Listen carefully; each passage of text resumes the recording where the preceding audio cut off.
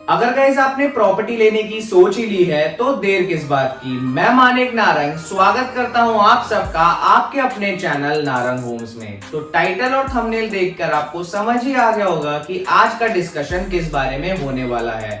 तो बगैर किसी देरी के शुरू करते हैं।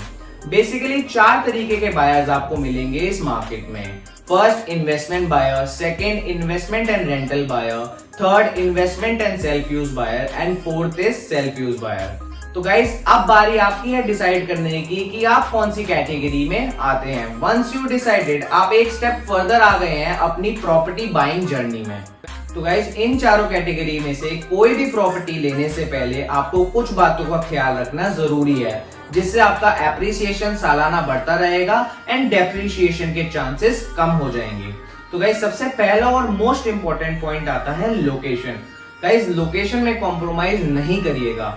तो लोकेशन में भी फर्दर 5 पॉइंट्स आते हैं जिसका आपको ध्यान रखना है लेने से पहले property. Number 1 point, unauthorized colony.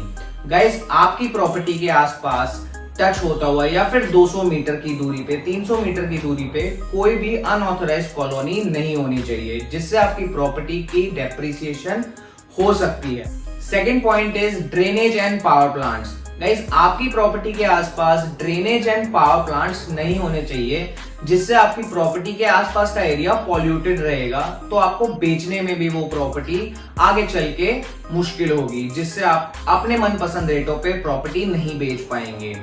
Third point is T point. Guys आपकी प्रॉपर्टी टी पॉइंट पे लाए नहीं करनी चाहिए, जिससे बायर्स मिलना थोड़ा सा मुश्किल हो जाते हैं and left and right side की जो आपकी प्रॉपर्टीज हैं वो एप्रिशिएट जल्दी होंगी आपकी प्रॉपर्टी से। Wide roads in front of your property. तो गाइस आपकी प्रॉपर्टी के सामने जो रोड होगी वो हमेशा चौड़ी होनी चाहिए, बड़ी होनी चाहिए, जिससे आपको पार्किंग की भी कोई समस्या ना रहे। प्लस धीरे धीरे आपकी जो प्रॉपर्टी है वो एप्रिशिएट जरूर करेगी। High current extension wires. Guys आपकी प्रॉपर्टी के पास हाई करंट एक्सटेंशन वायर्स नहीं होनी चाहिए, जो कि एक रेड फ्लैग जनरेट करती है, बहुत ही डेंजरस मानी जाती है गाइस। प्लस कई शहरों में आपको इलेक्ट्रिसिटी मीटर लगवाने में भी प्रॉब्लम हो सकती है। तो guys 2 tips investment and rental buyers के लिए। Tip number 1, maximum colleges and schools के आसपास आप प्रॉपर्टी सर्च करिए, जिससे आपकी प्रॉपर्टी जल्द से जल्द रेंटल इनकम जनरेट कर सके। और गाइस अगर आपको लगता है कि वो प्रॉपर्टी जो स्कूल्स के आसपास है, कॉलेजेस के आसपास है, थोड़ी सी महंगी है या ज्यादा महंगी है, तो सेकंड टिप आप ही के लिए है गाइस। आप ऐसी जगह प्रॉपर्टी चुनिए जहां पे ब्रोकर्स एक्टिव हैं और बहुत ज्यादा तादाद में हैं, जिससे आपकी प्रॉपर्टी रेंटल इनकम जनरेट करना जल्द ही शुरू कर देगी। तो गाइस आ जाते हैं थर्ड टिप की तरफ, जो कि है investment and self use buyers के लिए। जो भी बायर ढूंढ रहे हैं अपने रहने के लिए, प्लस सोच रहे हैं कि उनकी प्रॉपर्टी साल दर साल एप्रिशिएट होती रहे, तो उनके लिए ये है टिप नंबर 3। तो गाइस आपको ऐसी एरिया में प्रॉपर्टी सर्च आउट करनी है जहां पे 30 to 35% पॉपुलेशन आ चुकी है, प्लस 50 to 70 बिल्डर्स एक्टिवली वहां पे कंस्ट्रक्शन कर रहे हैं, जिससे आपकी property in no time 5 to 7 years में बहुत ही अच्छा एप्रिशिएट कर जाएगी। लाइक कर देना वीडियो को अगर इन्फॉर्मेशन आपको यूजफुल लग रही है एंड सब्सक्राइब करे बिना मत जाना आपके अपने चैनल नारंग होम्स को।